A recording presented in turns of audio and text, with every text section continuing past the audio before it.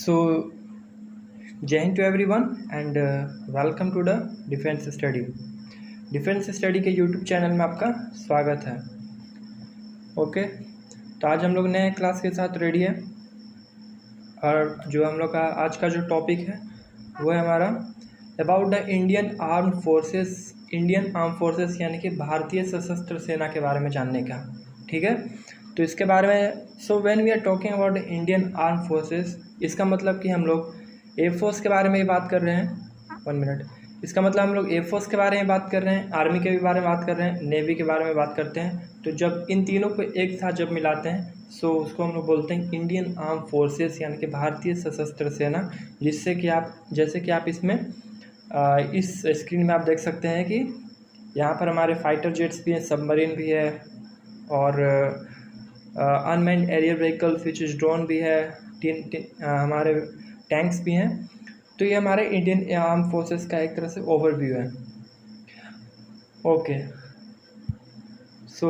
जो हमारा यहाँ पर दिख रहा है एक flag, this one is the Indian arm forces flag. ये हमारा एक फ्लैग है इंडियन आर्म फोर्सेस का कंबाइनली। इसमें सबसे पहला जो पहला पॉइंट है जो हमारे इंडियन आर्म फोर्सेस के बारे में, वो क्या कहता है, वो ये है कि the Indian arm forces are the military forces of the republic India, यानी कि एक स्वतंत्र भारत की एक भारतीय सशस्त्र सेना है जो कि एक मिलिट्री फोर्स है जिसमें कि हमारे नेवी, आर्मी और एयरफोर्स तीनों आते हैं।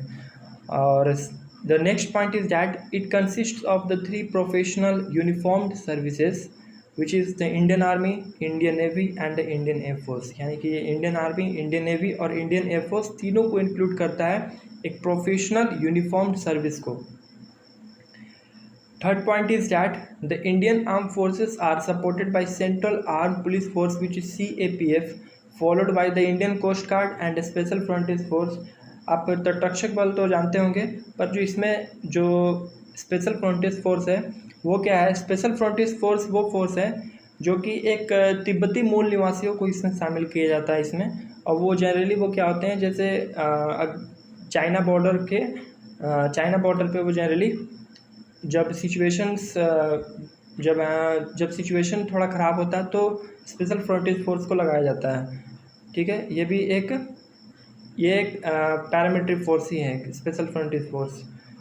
और ठीक है, तो जो इंडियन आर्म फोर्सेस है वो इंडियन आर्म फोर्सेस को सपोर्ट देने वाली जो और भी हैं, जैसे कि central arm police force CAPF, Indian coast guard and followed by the special frontier force. तो ये आपको 3 पॉइंट, आई होप कि आपको ये समझ में आया होगा। ये बेसिक पॉइंट है कि इंडियन आर्म फोर्सेस के बारे में। Now the next point is that जो हमारे इंडियन आर्म फोर्सेस है यानी भारतीय सशस्त्र सेना, इसमें क्या है कि the president of India is the supreme commander of Indian arm forces but the executive authority and responsibility for the national security is vested in the prime minister of India and their chosen cabinet minister. तो इसमें ये जो point हमारा वो ये क्या कह रहा है कि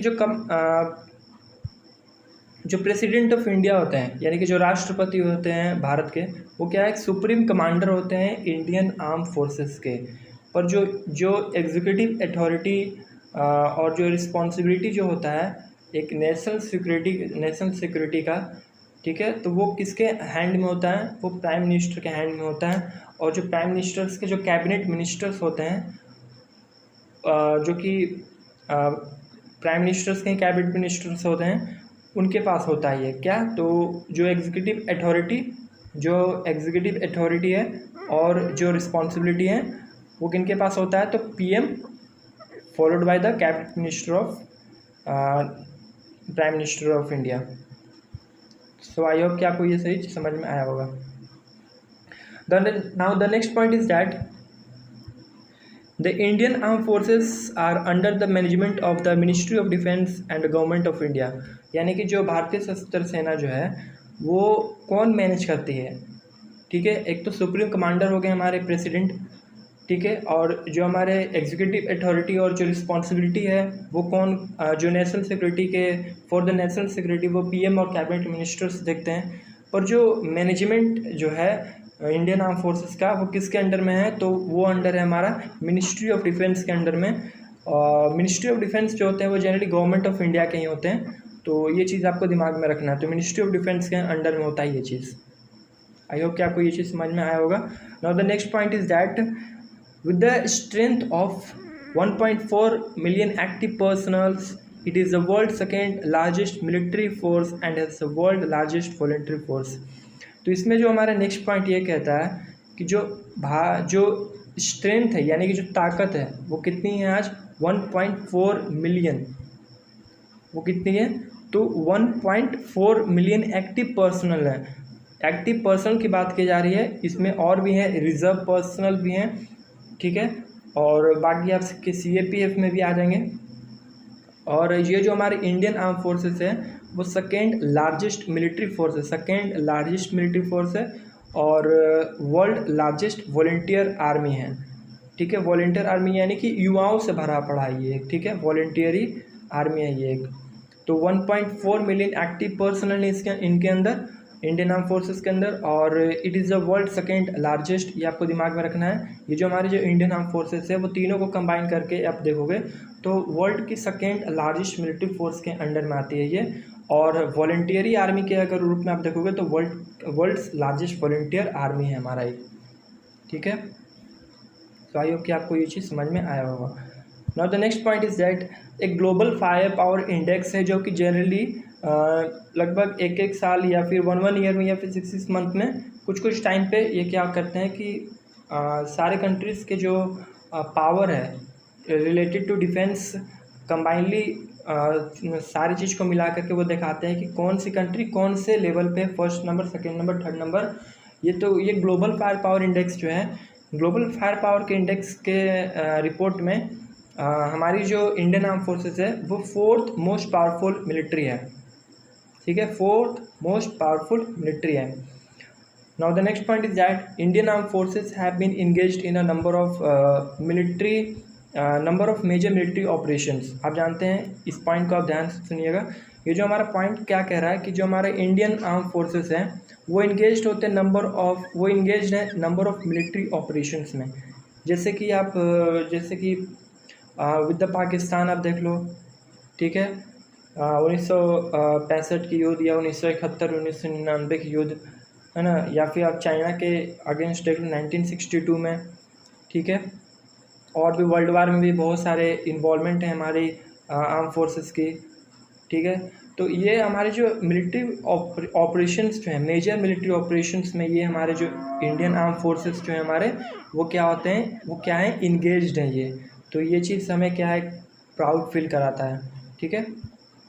now the next point is that India remains one of the largest importer of the defence equipment with Russia, Israel, France और USA। ये थोड़ा हट के पॉइंट है, थोड़ा ये जो इंडियन आर्म फोर्सेस जो हमारा टॉपिक चल रहा है लेकिन इसी से रिलेटेड है, ये चीज़ भी आपको जानने की ज़रूरत है। इंडिया जो है इम्पोर्ट बहुत करता है कहीं ना कहीं डिफेंस के इक्विपमेंट, और जो भी उससे रिलेटेड जो सामग्री होती है यानी उससे रिलेटेड जो भी इक्विपमेंट होती हैं वो कहीं ना कहीं डिपेंडेंट है आज भी। इंडिया कहीं ना कहीं डिफेंस के जो इक्विपमेंट है उस पर कहीं ना कहीं दूसरे कंट्रीज़ पे बहुत ज़्यादा निर्भर है। जैसे कि सबसे ज़्यादा मेजरली निर्भर होता है हमारे, आप जानते हैं कि रसिया पे सबसे ज़्यादा हमारी जो कंट्री है वो कहीं ना कहीं डिपेंडेंट है। तो डिपेंडेंसी कहीं ना कहीं है सबसे ज़्यादा रशिया पे, followed by the Israel, France and USA। जैसे कि रसिया से हम लोग जैसे कि वी नो दैट रसिया के साथ हमारा बहुत ही अच्छा दोस्त यारी है, ठीक है। इजराइल से भी फ्रांस के द्वारा, जैसे कि आप जानते हैं कि मिराज 2000 और राफेल जैसे फाइटर जेट्स हैं, और USA से भी। तो ये जो मेजर कंट्रीज हैं, 4 मेजर कंट्री हैं, followed by the United kingdom. आप इसमें यूनाइटेड किंगडम को भी इंक्लूड करते हैं, ठीक है, इंक्लूड कर सकते हैं। तो ये कुछ मेजर कंट्री हैं जिसमें कि हमारे जो कहीं ना कहीं इंपोर्ट की जो संख्या है एक्सपोर्ट से ज़्यादा है। कहीं ना कहीं हम एक्सपोर्ट कम करते हैं, इंपोर्ट ज़्यादा करते हैं, क्योंकि हम लोग डिपेंडेंट्स हैं कहीं ना कहीं दूसरे कंट्रीज़ पे। तो इसी से रिलेटेड इस पे और पॉइंट है हमारी, ये वाला पॉइंट क्या कह रहा है कि गवर्नमेंट ऑफ इंडिया जो है has launch the Make in India programme. We know that Make in India programme जो थी वो मोदी गवर्नमेंट जो लॉन्च किए थे। तो initiative to indigenise manufacturing and reduce dependency on the imports. तो मेक इन इंडिया को क्यों लाया गया था, इसलिए लाया गया था, एक इनिशिएटिव था बाय द इंडियन गवर्नमेंट ताकि वो इंडिजीनियस मैन्युफैक्चर करें और जो हमारा जो इम्पोर्ट पे जो दूसरे कंट्रीज़ पे जो डिपेंडेंसी है उसको कहीं ना कहीं रिड्यूस किया जाए। ठीक है, और जैसे कि आप बहुत सारे फाइटर जेट्स, जैसे कि फॉर एग्जांपल तेजस हमारा है। ठीक है, तेजस हमारा है, और भी हमारे जैसे 5th जनरेशन फाइटर प्लेन्स पे हमारा अब काम चल रहा है, जो कि हमारा उसके अंदर हमारे आते हैं एमका। ठीक है, एमका जैसे फाइटर प्लेन्स अभी एडवांस मीडियम कॉम्पैक्ट एयरक्राफ्ट के रूप में 5th जनरेशन के रूप में, जैसे कि हमारे कंट्रीज के पास अभी 5th जनरेशन फाइटर प्लेन नहीं है, 4.5 जनरेशन के रूप में हमारे पास राफेल मौजूद है, पर अभी तक 5th जनरेशन के रूप में हमारे पास नहीं है मौजूद। तो कहीं ना कहीं मेक इन इंडिया के तहत एमका को ही हम लोग इंडक्ट करेंगे अपने इंडियन एयरफोर्स में। तो ये भी एक बहुत इंपॉर्टेंट पॉइंट है मेक इन इंडिया के तहत। Now the next point is that Indian arm forces से रिलेटेड, एक मिनट,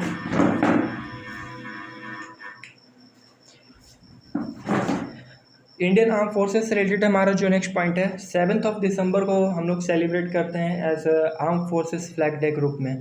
तो ये आपको डेट अपने माइंड में रखना है। ये आपको कहीं ना कहीं एनडीए और सीडीएस के एग्ज़ाम में जो स्टैटिक जीके के रूप में आपको सवाल या फिर और भी वेरियस एग्जाम में आपसे पूछा जा सकता है कि आर्म फोर्सेस फ्लैग डे कौन से डेट को सेलिब्रेट किया जाता है। तो 7 दिसंबर।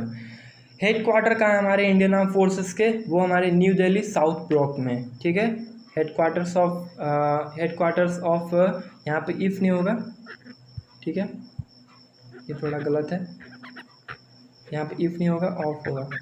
ठीक है, the headquarters of Indian Armed Forces is in New Delhi. Next point is that the Indian Army is divided into the 7 tactical commands headed by the Lieutenant Generals. तो हम लोग रैंक्स के स्ट्रक्चर्स और इंसिनिया को भी देखेंगे लास्ट के slide में। अभी हम लोग इसको समझ लेते हैं। इंडियन आर्म फोर्सेस जो है 7 मेजर टैक्टिकल कमांड्स में डिवाइडेड हैं, और ये सारे जो 7 कमांड्स हैं इंडियन आर्मी के, मैं इंडियन आर्मी की बात कर रहा हूँ। ठीक है, right now I am talking about the Indian army. ठीक है, इंडियन आर्मी के बारे में बात कर रहे हैं। तो इंडियन आर्मी के जो 7 टैक्टिकल कमांड्स हैं उसको जो लीड करते हैं यानी जो हेड करते हैं वो लेफ्टिनेंट जनरल के रैंक के अधिकारी जो होते हैं, जो ऑफिसर्स होते हैं, वो इसको हेड करते हैं। अगर हम लोग इंडियन एयरफोर्स से रिलेटेड अगर बात करेंगे तो the Indian air force is divided into the 5 operational and 2 functional commands. जो इंडियन एयरफोर्स जो है वो 5 ऑपरेशनल कमांड के रूप में डिवाइडेड है और 2 फंक्शनल कमांड्स, और हर एक कमांड को एक एयर मार्शल ऑफिसर रैंक के जो अधिकारी होते हैं वो इसको हेड करते हैं। ठीक है, जो लीड करते हैं इसको। आई होप कि ये आपको पॉइंट समझ में आया होगा। अगर हम लोग इंडियन नेवी में अगर बात करेंगे, Indian navy operates 3 commands. Indian navy जो है वो 3 कमांड्स को ऑपरेट करती है, और हर एक कमांड जो है एक वाइस एडमिरल के रैंक के ऑफिसर्स इसको हेड करते हैं। क्या आपको दिमाग में रखना है। यहाँ पर नेक्स्ट पॉइंट एक इम्पॉर्टेंट पॉइंट है, there are 2 joint commands. 2 joint commands भी हैं जो कि एक दूसरे से क्या है, ज्वाइंटली इंटीग्रेटेड है, whose head can belong to any of the 3 services. यानी कि ये जो 2 कमांड्स हैं जो कि एक ज्वाइंट कमांड है, इसको किसी भी तीनों सर्विसेज के विंग से कोई भी एक मतलब कोई भी हेड जो होगा किसी भी सर्विस से, 3 सर्विसेज आर्मी नेवी एयरफोर्स से रिलेटेड कोई भी हेड कर सकता है।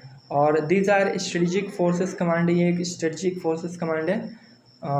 जो 2 कमांड्स की मैं बात कर रहा हूँ, जो 2 ज्वाइंट कमांड है वो कौन कौन से हैं, तो स्ट्रेटेजिक फोर्सेस कमांड और अंडमान एंड निकोबार कमांड।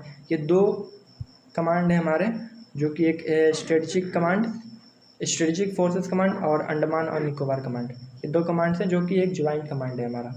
ठीक है, नाउ अगर हम लोग इंडियन आर्म फोर्सेस से अगर कौन सी कंट्रीज़ कितने एक्सपैंड किसके डिफेंस बजट्स कितने हैं, वो इस चार्ट्स के द्वारा आपको समझ में आ जाएगा।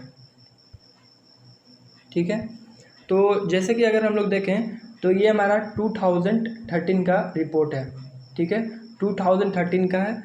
तो इसमें आप देखोगे तो यूनाइटेड स्टेट्स का रेशियो सबसे ज़्यादा है, 40.2% है। अगर 100% में आप देखोगे तो 40.2% जो है यूएसए इस चार्ट को कवर कर रहा है, followed by the China, which is 7.9%, and United Kingdom, which is followed by the 3.88%, or then Japan, which is 3.7%, followed by the Russia 3.7%, and Saudi Arabia 3.2%, and India is 3.0%. That means 3%। तो आप देख सकते हो ये 2013 का report है, ठीक है।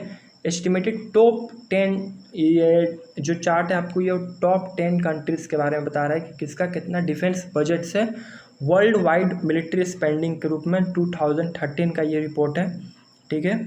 इसको आप देख करके समझ सकते हो कि कौन सी कंट्री का कितना ज़्यादा डिफेंस बजट है। तो सबसे ज़्यादा जो आज के टाइम में हम लोग जानते हैं कि यूएसए का जो है डिफेंस बजट सबसे ज़्यादा है, followed by the China and Russia as well as United Kingdoms, France and जैसे आज के टाइम में थर्ड नंबर पे जो हमारा है वो इंडिया है, जो कि एक्सपैंड करता है सबसे ज़्यादा मिलिट्री, जो उसका डिफेंस बजट से इंडिया का भी तीसरे पोजीशन में है, ठीक है।